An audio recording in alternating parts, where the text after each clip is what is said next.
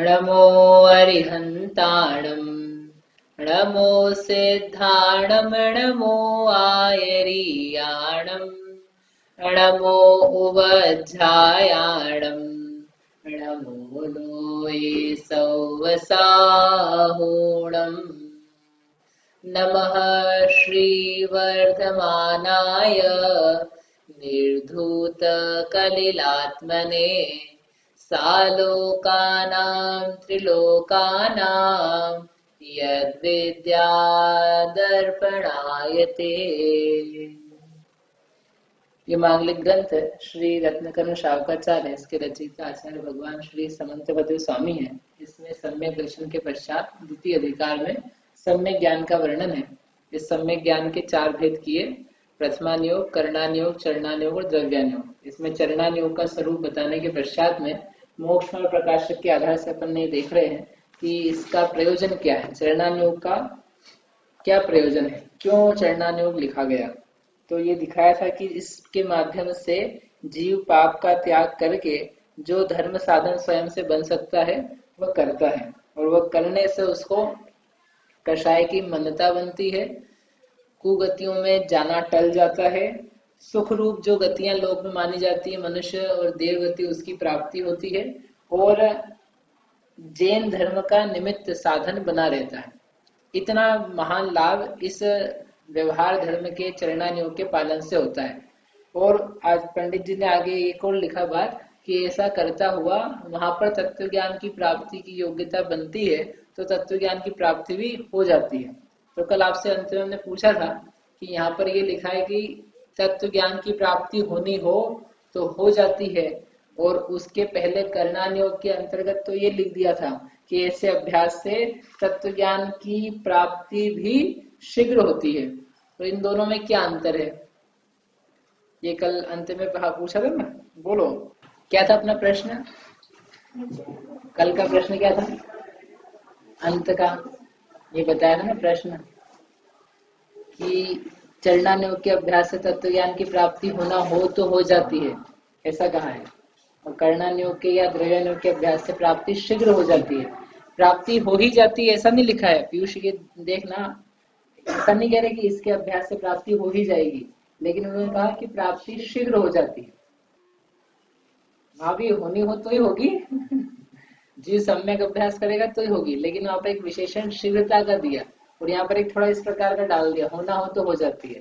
तो थोड़ा तब भाई साहब ने बताया कि जैसे करणानुयोग का अभ्यास करेंगे तो 7 तत्व भी आएंगे, उसमें मुख्य रूप से नहीं आएंगे, लेकिन कर्म आदि का, प्रकृति का वर्णन आएगा, 4 गति का वर्णन आएगा, तो उसके माध्यम से जो उपयोग है उस उपयोग की सूक्ष्मता बनती है, उपयोग उसमें लगता है, मन लगता है, और संसार से 4 गति आदि का, पंच परावर्तन का, लोक आदि का स्वरूप देख के वैराग्य उत्पन्न होता है, वो एक मुख्य कारण रहता है उसमें।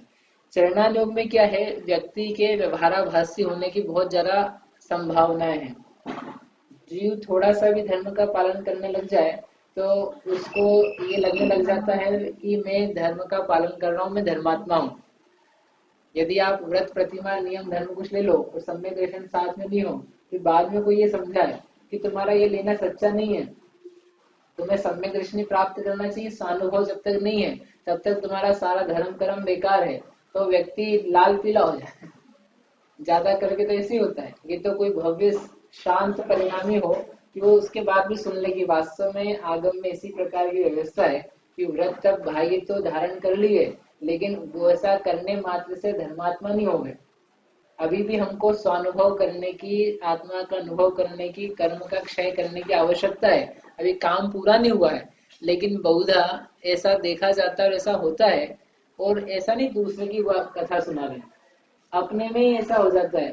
थोड़ा सा कोई जीव धर्म का पालन करने लगे, कुछ कुछ व्रत नियम ले ले, छोटी मोटी प्रतिज्ञा ले ले, तो ऐसा लगने लग जाता है कि मैं धर्मात्मा हूँ और मेरा सब काम मोक्ष संबंधी चल रहा है, बराबर है, इससे अधिक हम करेंगे नहीं, और जो हम कर रहे हैं उससे बिल्कुल धर्म सद रहा है। तो इस चक्कर में आकर के उसको फिर तत्व ज्ञान की प्राप्ति नहीं होती। अब वो तत्व ज्ञान की प्राप्ति से उल्टा दूर हो जाता है। वह चरणानुयोग उसको धर्म के समीप ला रहा था, लेकिन अपने अज्ञान से इसने तत्व ज्ञान की प्राप्ति को दूर भगा दिया। सारा का सारा चरणानुयोग इसलिए था कि यह अपनी आत्मा के समीप और आ जाए, कषाय मंद हो जाए, और मंद होने पर इसको अब आत्मा परमात्मा स्वपर भेद विज्ञान आत्मानुभवन की जो स्थितियां हैं वो अच्छे से बन जाएगी। लेकिन पूर्व के संस्कार से कषाय गई नहीं, मान का त्याग करना था, पाप का त्याग करना था, तो इसने त्याग का क्या कर लिया, मान कर लिया। सुना कि नहीं कभी? करना क्या चाहिए हमको, मान का त्याग, और कर क्या लेते हैं, त्याग का मान। मतलब मान कषाय का त्याग करना था, वो भैया ने त्याग किया, उसकी मान कर लिया। और त्याग किस में कराया जाता है, चरणानुयोग में। तो इसलिए उनको ये लिखना पड़ा कि इसमें भवितव्य हो तत्व ज्ञान की प्राप्ति के, तो इसको प्राप्त हो जाता है, और कदाचित हो तो ना भी हो। करणानुयोग में ऐसे चांसेस कम है, वहां भी चांसेस नहीं है ऐसा, मतलब भटक जाए जी, नहीं ऐसा नहीं, लेकिन फिर भी वहाँ चांसेस कम है, क्योंकि वहाँ कुछ कर तो रहा नहीं, वो जान ही रहा है, सम्यक ज्ञान ही प्राप्त कर रहा है। और उस सम्यक ज्ञान में भी जीव के सिर पे वो चढ़ जाए ज्ञान का, मैं बहुत ज्ञानी हूँ, मुझे सब याद है, गोमट साहब, धवला, जय धवल, महाधवल, प्रकृतियां, कर्म के भेद, क्षय की विधि, सब मुझे याद है, सबको अच्छे से समझाया है, मुझे सब प्रकृतियां, प्रेत, प्रभेद अच्छे से घुटे हुए हैं। तो उसको लेकर के वहां भी मान करने लग जाए क्षयोपशम ज्ञान संबंधी, तो उसका भी कोई उद्धार नहीं। लेकिन फिर भी वहां पर यदि मान कषाय पैदा ना हुए, वो जीव तत्व ज्ञान के रास्ते पे लगा रहे, तो वहां प्राप्ति होने की संभावना ज्यादा है। और यहाँ पर भी प्राप्ति होने की संभावना पूरी है, परंतु अपने ही अज्ञान से व्यवहाराभास जो पहले से चला आ रहा है, थोड़ा सा क्रिया कर्म करके समझ जाए कि मैं ही धर्मात्मा और मेरा सारा साधन मोक्ष संबंधी जो था पूरा हो गया, तो ऐसा होने के कारण से वो अटक जाता है। ठीक है, तो फिर ऐसा बताना ही नहीं चाहिए, क्यों ऐसा व्यवहार धर्म बताया नहीं, चरणानुयोग को निकाल दो फिर, कि इसको निकाल देंगे तो फिर बचेगा क्या तुम्हारे जीवन में, यहाँ तक भी आओगे कैसे, कि चरणानुयोग नहीं सिखाया कि यहाँ बैठना कैसे है, शांति से प्रवचन में कैसे बैठे रहना, नहीं तो वहीं पे कोई फोन बजाएगा, वहीं पे बैठे बैठे बातें करने लग जाए, और बातें करेगा तो तू समझ ही कैसे पाएगा। तो चरणानुयोग ने तो सिखाया है कि शास्त्र स्वाध्याय में बैठो, मंदिर जी में प्रवेश करो, तो इस प्रकार की व्यर्थ की चीजों को मत लेके चले जाना, इनको इनको मोबाइल को, नहीं तो बीच बीच में बजते रहेंगे, वो जितना वो बजेगा उतना तुम्हारा उपयोग विकल्प बजते रहेंगे। लोग शांति से दर्शन भी नहीं कर पाते बेचारे, क्या लेके चले जाते हैं, फोन लेके चले जाते हैं, और बीच में दर्शन कर रहा है, इतने में एक व्हाट्सएप की घंटी बजती है, कुछ नहीं आता उसमें, एक मैसेज का जो साउंड आता है ना वो बजा, तो इसके पूरे चित्त में खलबली मच जाती है। क्या आया, किसने मैसेज किया, किसने किया, किसने किया, अब बैठ नहीं सकता, दर्शन नहीं होंगे। अब यही चित्त में चलता रहेगा, किसका मैसेज आया, मैंने पिछले 5 मिनट में 10 लोगों को मैसेज करे थे, जरूर उनमें से इसका तो नहीं आया होगा, इसका तो नहीं आया होगा, क्या रिप्लाई आया होगा। वो बाहर निकल के देखे, और कोई समझदार तो वही तत्काल ही देख लेते हैं, लिखा हुआ आया गुड मॉर्निंग। हे भगवान, एक गुड मॉर्निंग सड़ा सा देखने के लिए तुम्हारा पूरा टाइम खराब हो गया मंदिर का। तो ये चरणानुयोग सिखाता है, और यदि उससे भी नहीं सीख पाए तो तुम्हारे दर्शन तक तो होंगे नहीं ठीक से, कि यहाँ जा रहे हो तो यहाँ कितने विनय से जाना, सम्मान से जाना, बहुमान से जाना, शास्त्र स्वाध्याय में बैठे हो तो किस प्रकार से बैठना। बच्चों जैसे नहीं चले जाना, अपनी जो हरकतें बच्चों की तो आजकल भी ठीक होने लगी, बड़ों की बिगड़ने लगी। वही भगवान है विराजमान, वहीं पे इनके मोबाइल चालू है, व्यापार धंधा सौदा चल रहा है। कितनी बेकार से, कितनी मतलब भगवान के दरबार में जाए, 3 लोग के नाथ में समूह शरण में जाए, और समूह शरण में भगवान सामने बैठे वहीं के वहीं चालू हो जाए, कितना महा अभिनय है। तो कोई लोग ये सुनकर के कहने लगे, अच्छा तो एक काम करते, कल से मंदिर ही नहीं जाएंगे, अब मोबाइल तो सुनने ही पड़ेंगे। इसका मतलब समझ में आ गया तुम्हारी दुर्गति कितनी नजदीक है, कि तुम्हें इसका कितना राग है। ये राग बहुत फंसते चले जा रहे भैया, ये जितना पास में ना अपने, उससे अपन कितना फंसते चले जा रहे समझ में नहीं आ रही है, छूटता नहीं लोगों से। हमको बड़ा आश्चर्य, पेपर में एक दिन आया, मैं पढ़ा साइड में, कि लोगों को बीमारी हो रही है आजकल ऐसी, कि फोन छूटता नहीं है, फोन यदि 2 मिनट भी उसके पास नहीं रहे तो आदमी बेचैन हो जाता है, ऐसे ऐसे रोग पैदा हो रहे हैं। मालूम नहीं पड़ता, हाथ में रखे रखे रखे रखे कि क्या होता चला जा रहा है। इसके साथ में रहते रहते किस प्रकार की स्थिति बन रही है। इसलिए जितना दूर रहो इतने साधनों से उतना अच्छा है, नहीं प्रयोग करो तो बढ़िया है, और करना ही पड़े तो कम से कम। नहीं तो अपने अपन जब तक जैन शास्त्रों का, जिन मंदिर का, जिन गुरुओं के पास जाते हैं तो उतनी देर तो इससे निवृत्ति हो जाए। तो कौन सिखाता है चरणानुयोग? तो कह क्या रहे थे, कोई व्यक्ति कहने लगा कि फिर चरणानुयोग से व्यवहाराभास हो जाएगा तो चरणानुयोग को ही बाहर कर दो। तो भाई चरणानुयोग से व्यवहाराभास नहीं होता है, हमारे अज्ञान से व्यवहाराभास होता है। चरणानुयोग तो सही सही समझाता है। चरणानुयोग तो आगे बढ़ाने के लिए था, कषाय मन करने के लिए था। आपने कषाय बढ़ा ली, इसमें चरणानुयोग की क्या गलती है? एक दवाई की दुकान है, उस दवाई की दुकान पे आप एक दवाई का पैकेट खरीद के लाए, 10 दवाइयां थी उसमें, 10 गोलियां। तो आपने कहा क्या करना, अपने को ठीक होना है तो 10 दिन में 10 लेनी है।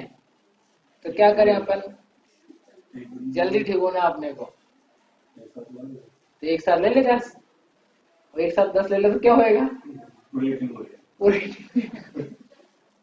तो आप सोच सकते हो क्या बनेगा।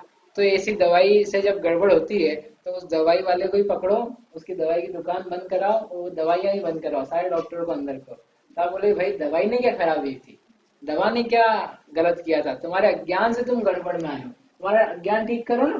ग्रंथ को क्यों दोष देते हो, दवा को क्यों दोष देते हो? इसलिए इसको दोष नहीं लगाना, दोष अपने स्वयं का है, इसलिए वो लिखना पड़ा ऐसा। ज्यादा करके जीव ऐसे कभी हो जाते हैं, व्यवहाराभास में अटक जाते हैं। जो व्यवहार मात्र क्रियाओं को करता है और निश्चय जो आत्मा के अनुभव, लीनता, शुद्धोपयोग रूप धर्म है, उसको नहीं जानता, ना मानता, ना पहचानता है, ऐसा व्यक्ति कहलाता है व्यवहाराभासी। साधारण शब्दों में जिसे मात्र व्यवहार नए के द्वारा कथित बातों का ही अवलंबन है। सम्यक ज्ञान किसे कहते हैं? शास्त्र के पढ़ने को सम्यक ज्ञान कहते हैं। ऐसा ही मात्र जानता है। तो गलत है क्या ये पूरा नहीं है। शास्त्र का पढ़ना सम्यक ज्ञान है, प्लस उस शास्त्र में जिसको बताया गया है निज आत्मा, स्वद्रव्य, उसको छोड़ के सब पर द्रव्य, इन दोनों को भिन्न भिन्न जान करके निज का संवेदन जो करे, निज को जाने, पर द्रव्यंते भिन्न आप में रुचि सम्यक्त भला है, आप रूप को जान पनो सो सम्यक ज्ञान कला है। तो व्यवहार सम्यक ज्ञान, द्रव्य शुद्ध का पढ़ना, और निश्चय सम्यक ज्ञान, उस द्रव्य शुद्ध को पढ़ने के पश्चात निज आत्मा का संवेदन करना, निज का जानना मानना, तो वह सम्यक श्रद्धा और सम्यक ज्ञान है। लेकिन कोई निश्चय तो जाने नहीं, स्व संवेदन की बात भी नहीं करे, प्रयास भी नहीं करे, सुनने तैयार नहीं, और मात्र क्या करे, शास्त्र अभ्यास, तो उसका क्या है, व्यवहाराभास। निश्चय नए को नहीं जानता। ऐसे निश्चयाभासी भी होते हैं जो निश्चय मात्र को मात्र जानते मानते हैं, व्यवहार का कुछ लेना देना उनको नहीं है, न व्यवहार की सुनते हैं, न व्यवहार संबंधी कुछ कर्म करते हैं, उन सबको बेकार ठहराते हैं। सब बेकार है। जिन मंदिर जाना बेकार, पूजा करना बेकार, व्रत लेना बेकार, प्रतिमा लेना बेकार, मुनि धर्म लेना बेकार, ये तो सब क्या है, क्रियाकांड है, अपनी आत्मा शुद्ध है। ऐसे भी लोग होते हैं, तो वो लोग निश्चयभासी कहलाते हैं। लेकिन जो मात्र व्यवहार का अवलंबन लेते हैं वो कहलाते हैं व्यवहाराभासी। उसका भी वर्णन है इसी ग्रंथ के 7वें अधिकार में, और 50 काय की अंतिम 172 गाथा है। उस गाथा की टीका में आचार्य अमृतचंद्र देव ने विस्तार से दिया। ठीक है, तो यहाँ पर ये पंक्ति समझ में आई क्यों लिखी इस प्रकार की। चरणानुयोग का अभ्यास से साधन करता रहे तो भी तत्व ज्ञान की प्राप्ति होती है, परंतु वहां अटके नहीं, उसी को धर्म नहीं मान बैठे, इस प्रकार से उसका साधन करे तो अवश्य वहां पे प्राप्ति हो जाएगी। और उसी व्यवहार धर्म को साधन जो है उसी को साध्य बना दे तो क्या होगा, तो फिर प्राप्ति होना मुश्किल, ऐसा जान। आगे जिन मंदिर है, जिन मंदिर जाना हमारा साधन है कि साध्य है? साधन समझते कि नहीं? साधन यानी जिनके द्वारा कार्य किया जाता है, और साध्य यानी किसकी आप प्राप्ति चाहते हो। जैसे स्कूल जाना साधन है कि साध्य है? किस बात के लिए? यदि स्कूल जाना साधन है तो साध्य क्या है? एजुकेशन, पढ़ना, पढ़ाई लिखाई। ठीक है, और कोई सोचे स्कूल भेज दिया, अच्छे स्कूल जा रहा है बच्चा तो अपना काम पूरा हो गया, कि ये तो साधन है। आपने साधन को ही साध्य समझ लिया था। एजुकेशन हो रही कि नहीं हो रही है, आगे बढ़ रहा है कि नहीं, पास हुआ फेल हुआ से कोई प्रयोजन नहीं रहा, तो बस स्कूल प्रयोजन रह गया। उसको कहते हैं साधन को इसने बना दिया साध्य। ऐसे जिन मंदिर जाना, ये साधन है कि साध्य है? तो भैया अभी तो मालूम पड़ा अनेक लोगों तो वही साध्य है कि कम से कम वहां तो चले जाए जीवन में। लेकिन वास्तव में देखने जाए तो जिन मंदिर जाना क्या है? साधन। तो फिर साध्य क्या है? यदि अपने को साधन उसको कहें तो साध्य का प्रश्न आएगा। जैसे कहा ना बच्चे को स्कूल जाना साधन है कि साध्य का? आपने कहा साधन, तो फिर प्रश्न उठता है साध्य क्या चीज है? ऐसे जिन मंदिर साधन है यदि जाना तो साध्य क्या चीज है? बोलो क्या चीज है साध्य? वीतरागता की प्राप्ति होना, सम्यक दर्शन की प्राप्ति होना, रत्नात्रय की उपलब्धि होना, और सरल शब्दों में कहें तो आनंद की प्राप्ति होना। आनंद आना चाहिए, आनंद हमारा साध्य है। और उस आनंद रूपी साध्य के लिए हम जिन मंदिर रूपी साधन को अपनाते हैं, जिन मंदिर जाते हैं तो आनंद की प्राप्ति होती है। जिन मंदिर जाते हैं तो स्व स्वरूप के सन्मुख होते हैं। जिन मंदिर जाते हैं तो शुद्धात्मा का हमको विचार आता है, आत्मा कैसी उत्कृष्ट होती है, किस प्रकार की अवस्था में शांति होती है, इस प्रकार का बहुत अच्छे से ध्यान आता है। इसलिए हम जिन मंदिर रूपी साधन को अपनाते हैं। पाना नहीं, हमारा लक्ष्य क्या है? उस साधन से क्या प्राप्त करोगे? स्कूल रूपी साधन से क्या प्राप्त करोगे? पढ़ाई। इसी जिन मंदिर रूपी साधन से क्या प्राप्त करोगे? शांति, आनंद, सम्यक ज्ञान, सम्यक दर्शन। समझ में? लेकिन हम साधन को ही साध्य बना देते हैं। जिन मंदिर जाना, जिन मंदिर होया आज पूरा हो गया, अब विचार ही नहीं करा इसके आगे कि जिन मंदिर से आगे कुछ मिलना भी था, बस हो करके आ गए, दर्शन करके आ गए। जिन पूजा साध्य बन गई, जिन पूजा करना है अपने को, भगवान की पूजा करके आ गए, लेकिन भगवान की पूजा से क्या मिलना था वो गोल है, जीवन में से गायब है, क्योंकि जिनेन्द्र पूजा ही साध्य बना ली जबकि वो साधन थी। ऐसे ही महाव्रत तक ले जाना, महाव्रत साधन है, महाव्रत के माध्यम से आत्मा की उत्कृष्ट उपलब्धि होना, आत्मा का उत्कृष्ट अनुभव होना, वो क्या है? साध्य। उसके लिए मुनि दशा साधन है। मुनि दशा किसी ने अंगीकार कर लिया और बस हो गया हमारे जीवन का, तो कहते ये बराबर नहीं हुआ, ये साधन बना, आगे तो करो, आगे करना बाकी है। ठीक, इसलिए वहां अटक जाने की बात हो जाती, साधन को जब साध्य बना दिया, क्योंकि वो आगे कुछ रहा नहीं करने की। इस प्रकार से ये तो जिसको तत्व ज्ञान नहीं है वह चरणान्यों को पढ़े सुने तो उसको क्या लाभ होता है या क्या स्थिति होती है बताया। अब आगे अपन तत्व ज्ञान के बारे में पढ़ते हैं। तथा जो पेज नंबर 271 के ऊपर ही है, तथा जो जीव तत्व ज्ञानी होकर चरणान्यों का अभ्यास करते हैं उन्हें यह सर्व आचरण अपने वीतराग भाव के अनुसार भाषित होते हैं।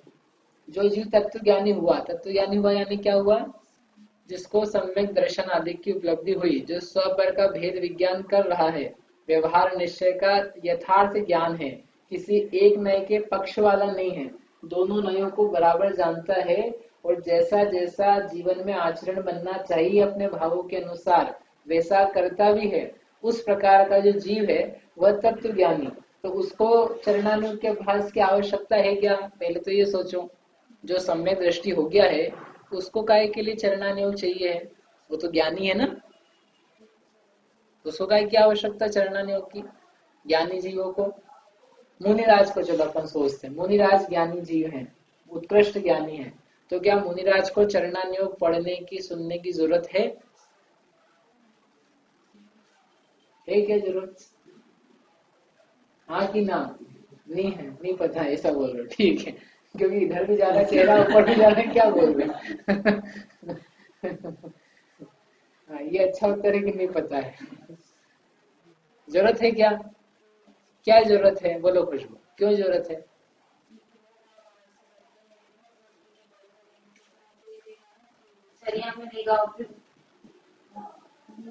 मुनिराज हैं तो उनको भी चरणानुयोग की जरूरत है पढ़ने की, चर्या के पालन के लिए।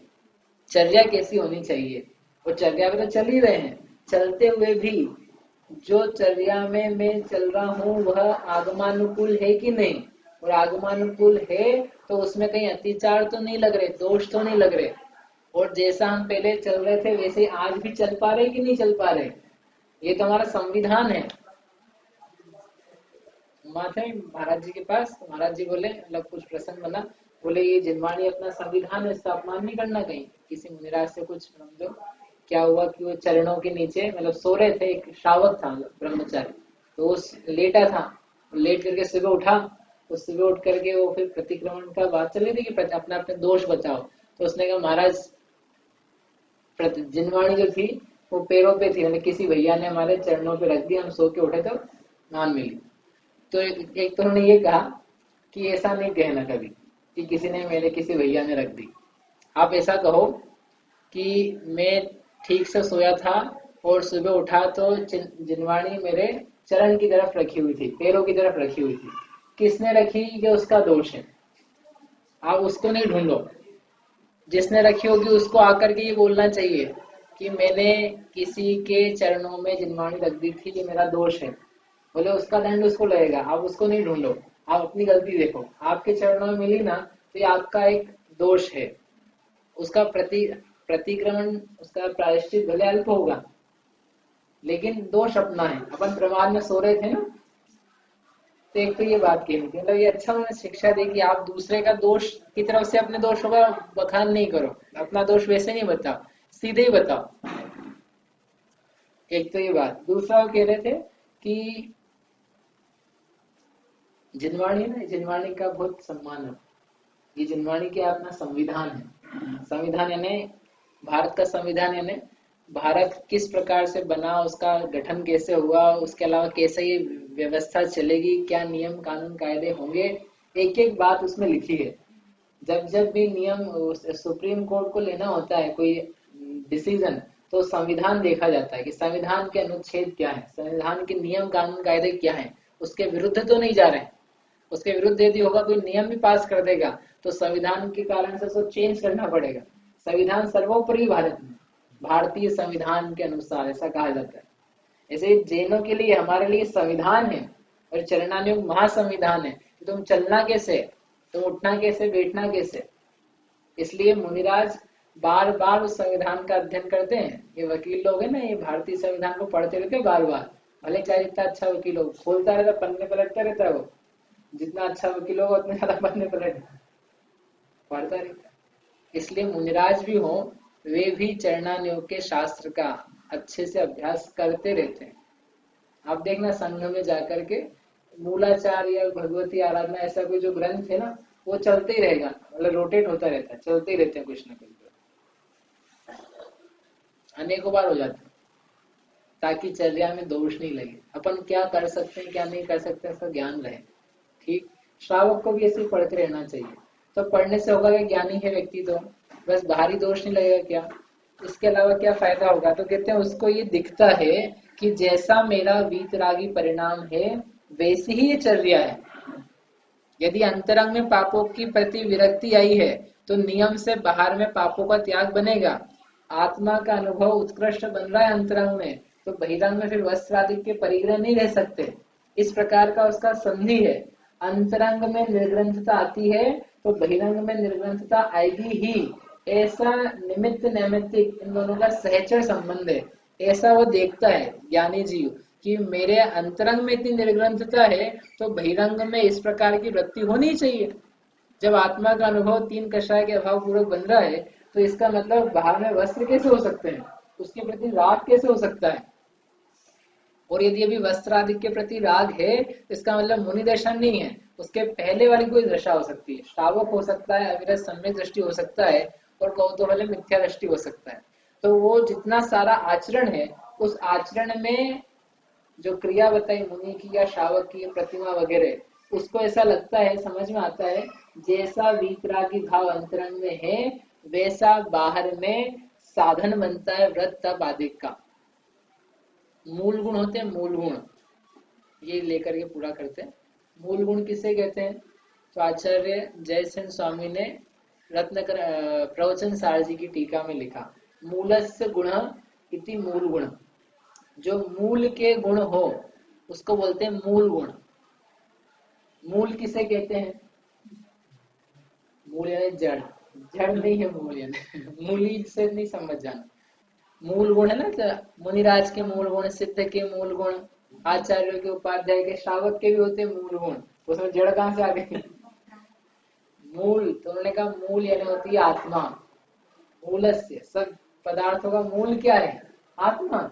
आत्मा का ज्ञान मूल है। यदि आत्मा में ज्ञान नहीं होगा तो पदार्थ क्या कर लेंगे? जड़। इनमें क्या दम है? तुम्हें ज्ञान नहीं होगा तो यहाँ पे क्या धरा है, क्या लिखा है, क्या पढ़ाया जा रहा है, वो क्या समझ में आता है? कुछ कीमत नहीं है उसकी। ज्ञान कीमत देता है सबको, और ज्ञान है आत्मा में। तुमने कहा मूल यानी आत्मा। उस मूल का जो गुण है उसे कहते हैं मूल गुण, अर्थात ज्ञान, दर्शन, सुख, वीर्य, ये है मूल गुण। इसको बोलते हैं मूल गुण।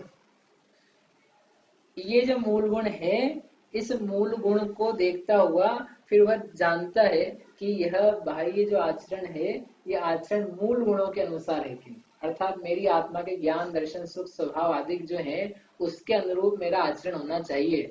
जैसा जैसा ज्ञान, दर्शन आदि बढ़ता है, वैसे वैसे बहिरंग में ये जो वस्त्र आदि परिग्रह है, घर गृहस्थी का परिग्रह है, कषाय है, ये सब छूटते चले जाते हैं। मूल को देखते हुए करेगा तो सब भारत का अनुकूल लगेगा, और नहीं तो फिर खींचातानी लगेगी, जबरदस्ती लगेगा। अनेक लोग जो तत्व के पढ़ते हैं चरणानुयोग, उनको ऐसा लगता है अरे बाप रे, दिगंबर मुनिराज कैसे कैसे बन जाते हैं, कैसे निर्ग्रंथ हो जाते हैं, कैसे संभव है? ये तो असंभव है, पॉसिबल नहीं है। ऐसे कैसे वृक्ष पर्वतों के शिखर पर, वृक्षों के मूल में, पर नदियों के तट पर कैसे मुनिराज बैठ सकते हैं? ये सब असंभव सी बातें हैं। लेकिन जो वास्तव में आत्मा को देखते हुए इनको पढ़ता है तो उसे समझ में आता है कि जहाँ देह के प्रति अत्यंत निर्ममत्व भाव पैदा हुआ, जहाँ निज आत्मा के प्रति अत्यंत ममत्व भाव पैदा हुआ, कौन से भाव का है? निर्ममत्व और एक ममत्व। निर्ममत्व किसके प्रति? देह के प्रति। और ममत्व किसके प्रति? ममत्व भाव तो बुरा होता है ना? ममत्व भाव बुरा होता है कि अच्छा होता है?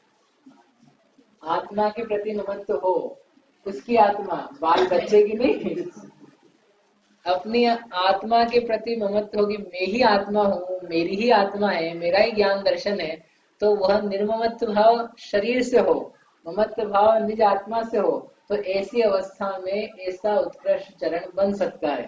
हाथ में आभूषण पहनाए, लोहे के गरम गरम, सिर पे सिगड़ी जलाए, तब कैसे रह सकता है कोई ऐसा व्यक्ति? कहते रह सकता है यदि निज के वीतरागी परिणामों में वृद्धि होती चली जा रही है, आत्मा में लीनता हो रही है, तो ऐसा बन सकता है। लेकिन जिसके आत्मा में लीनता नहीं है, उसके फिर ऐसा दिखना असंभव हो जाता है। इसलिए जब चरणानुयोग पढ़ता है कोई जीव तत्व ज्ञानी, तो उसको सारा का सारा वर्णन कैसा लगता है? अपने वीतरागी भावों के अनुसार लगता है। यानी वीतरागता होती है तो ऐसा पापों का त्याग होता है, और इस विशेष प्रकार की वीतरागता होती है तो इतने पापों का त्याग होता है, इतने परिचय आदि का जीतना होता चला जाता है। मूल गुण को पकड़ करके, यानी आत्मा के मूल ज्ञान दर्शन आदि को पकड़ के, उसको देख करके सारे बाहर के मूल गुण जो हैं वो बन जाते हैं। तो कहना ये था हमें उस समय मूल गुण से कि जैसे कहते हैं पंच महाव्रत हैं, पंच महाव्रत की रक्षा के लिए क्या है? 5 समितियां, जो समिति पहले बताई थी छेड़ाला में। पंच महाव्रत में भी पहला एक गुण कहा उन्होंने, ये व्यवहार की चर्चा सुनी होगी अभी तक। अहिंसा व्रत मुख्य एक गुण है, उस एक गुण की रक्षा के लिए 4 महाव्रत है। कि 5 महाव्रत, 4 महाव्रत है ना, अहिंसा हो गया ना एक महाव्रत, उसके लिए सत्य, अचौर्य, ब्रह्मचर्य, परिग्रह, वो सब किसकी रक्षा के लिए है? अहिंसा की। फिर थोड़ा आगे बढ़े आचार्य, देखा 5 महाव्रत मुख्य हैं और उसकी रक्षा के लिए 5 समितियां हैं। 5 समिति उसके रक्षा, बाढ़ के समान रक्षा करेगी। फिर 28 मूल गुण कह लो, या 5 महाव्रत, 5 समिति, 3 मुक्ति, ये मूल है। इसकी रक्षा के लिए 12 भावना, तप, ये उत्तर गुण है, उसकी रक्षा करेंगे। तो ये अपन इधर तो रक्षा में बढ़ते जा रहे हैं। इसके पहले एक और चीज थी मूल गुण में, आत्मा का ज्ञान दर्शन, ये है स्वभाव, इसकी रक्षा के लिए अहिंसा महाव्रत। ये अंतरंग बहिरंग की संधि। जो आत्मा का मूल स्वभाव है ज्ञान दर्शन, ज्ञाता दृष्टापना, इसकी रक्षा के लिए फिर वह अहिंसा महाव्रत बाहर में निकल के आता है। और उस मूल गुण को भूल जाओ तो फिर वो बाहर की रक्षा तो बस बाहर की रहेगी। इसलिए जो ज्ञानी है वह इसको अपने भावों के अनुसार जानता है कि मेरी आत्मा की रक्षा के लिए ये जो सब है, ये मूल गुण बाहर के, ये इस आत्मा के एक मूल गुण की रक्षा के लिए मैं ज्ञाता दृष्टा बना रहा हूं। इसलिए उसको दोनों में प्रॉब्लम नहीं आती, डिफरेंट नहीं लगता कि यहाँ ये करें कि ये करें। समझ में आया? इस प्रकार से चरणानुग का प्रयोजन कहा। इसमें और थोड़ा सा बचा है, इसके बाद से फिर अपन चालू करेंगे द्रव्यानुग कि द्रव्यानुग क्या है।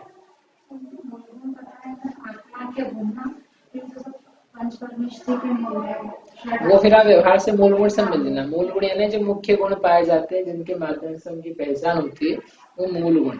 इसकी आध्यात्मिक व्याख्या जयसनाचार्य जी की टीका में मूलस्य गुण इति मूल गुण है। मूल यानी आत्मा, आत्मा का गुण वो मूल गुण है। वो गुण क्या है? ज्ञान। और उसकी रक्षा के लिए फिर उन्होंने कहा कि ये व्रत है।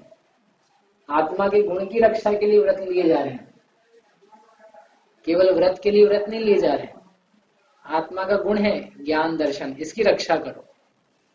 रक्षा करें यानी क्या? नष्ट हो रहे हैं क्या? विषयों में नष्ट हो रहे, पाप से नष्ट हो रहे, पर प्रवृत्ति में जा रहे हैं, इंद्रिय ज्ञान में लगा हुआ ज्ञान नष्ट होता चला जा रहा है। स्वसन्मुख करो ज्ञान को, 5 इंद्रियों को समेट के निज में लगाओ, ये ज्ञान की रक्षा करना है।